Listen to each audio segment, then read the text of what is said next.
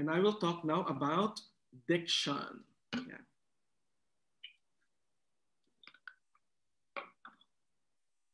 When I was a piano student in UP, I used to play these pieces entitled Songs Without Words by Felix Mendelssohn. No?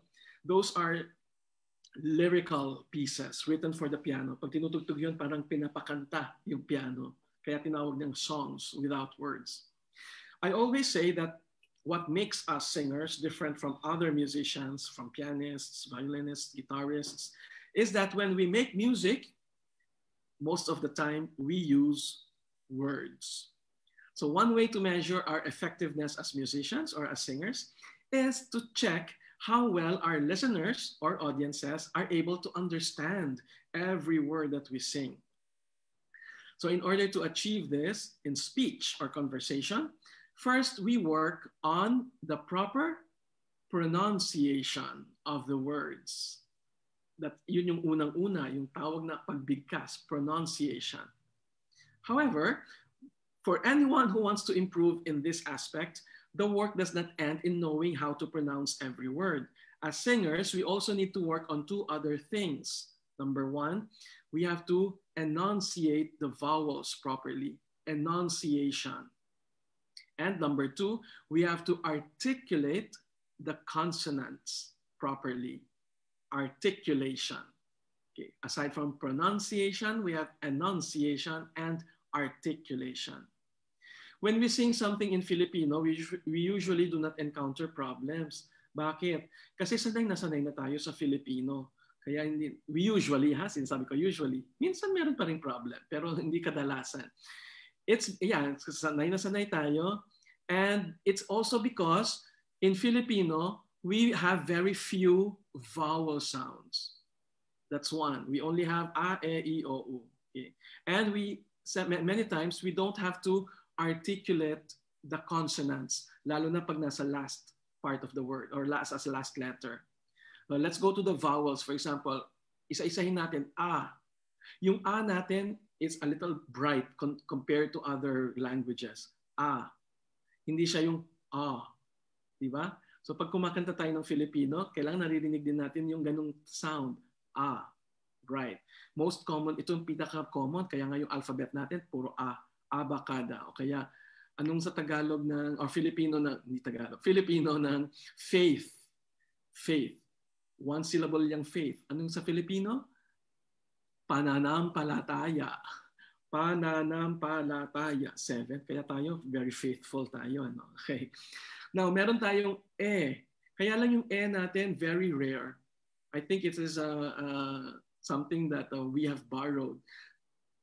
Pakinggan nyo yung mga kanta na, yung ating mga poetic songs, mga ano ba, yung kay Mr. C, yung araw-gabi, okay, tingnan nyo kung may e, kayo mahanap doon. Okay, yung pangarap ko ang ibigin ka, okay, dahil sa'yo, okay, tingnan nyo kung may mahanap kayong e. Sabihan nyo nga ako kung may mahanap kayong e doon. Okay.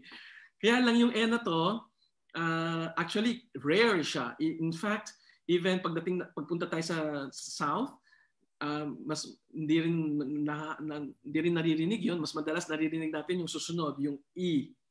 O yung, pero kailangan natin ingatan yung E. It can be very tricky as I will explain later. E. Tapos meron tayong O. Kaya lang yung O natin, hindi kadalasan ginagamitan natin ng masyadong malaking bibig. Hindi ganun. Kadalasan mas maliit na opening lang. O. O. Hindi O. O. And meron tayong pinakamadali, ang ating U. Okay.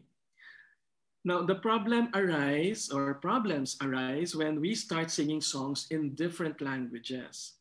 So, kasi different languages have more vowel sounds, hindi lang 5.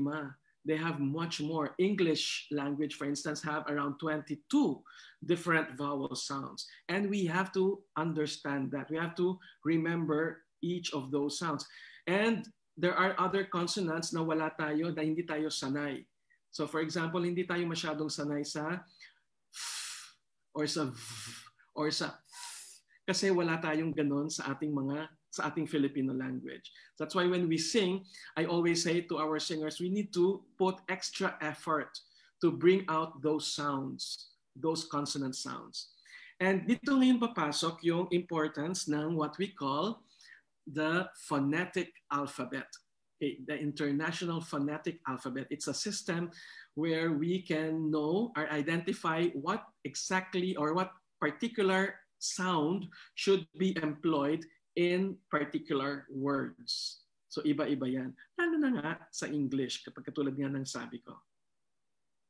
Now, when we learn something, when we try to learn how to pronounce, enunciate, and articulate, it's not enough just to listen to sa coach or sa teacher. Ang mas magandang gawin natin ay manood. Tingnan natin kung paano nga niya ginagalaw yung kanyang articulators. So medyo gagalawin natin to. Pay your attention on the mouth, the lips, and the tongue. Very important. So for example, ayan na nga. Okay.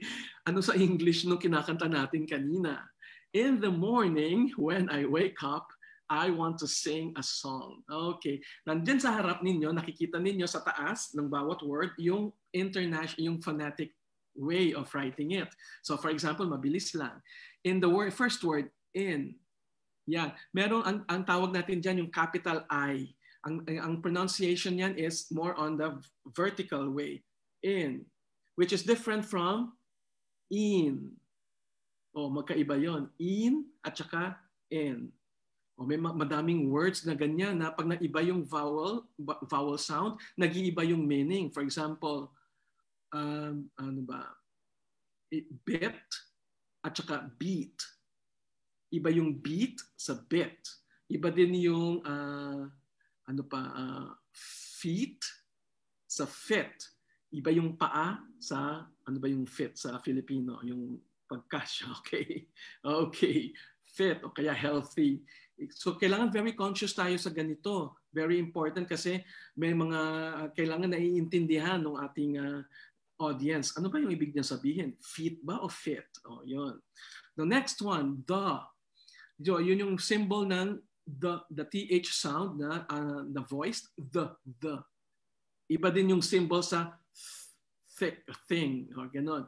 Pero yung interested ako dun sa vowel sound, which is different from a.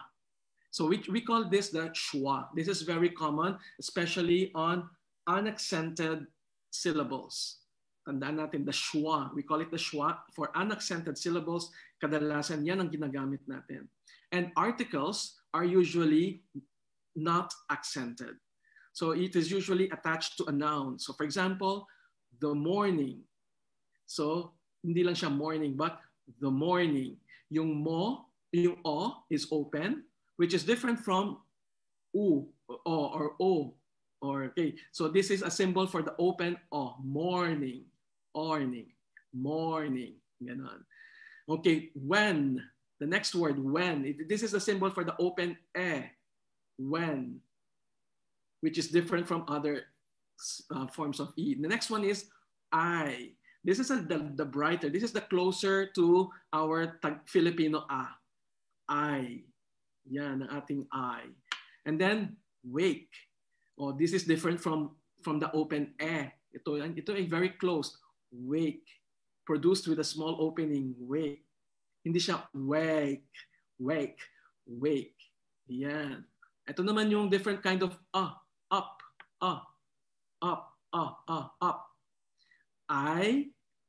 A different sound of this is the want. More vertical. Want, aunt. And then the next two words, to sing. The two, kung pag-isa lang siya, we can say it's two. Kaya lang pagkasama siya sa word, to sing. So it's pronounced with a schwa. And then sing is with a big I. Sing, not sing. Naku, yan ang kailangan nating pag-aralan. Hindi siya sing, rather sing. And a song. A song. Schwa on the article, song. Open on the o. Okay, so we can sing that and pakinggan nating maigi. In the morning when I wake up, I want to sing a song. And then pakinggan natin yung mga vowels. And then check yourselves. Check nga sa sarili ninyo.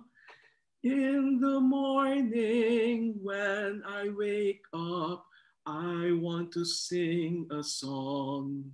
Yun. That is how we can be conscious of our diction, especially when we sing in other languages. Okay. And I will end that workshop here.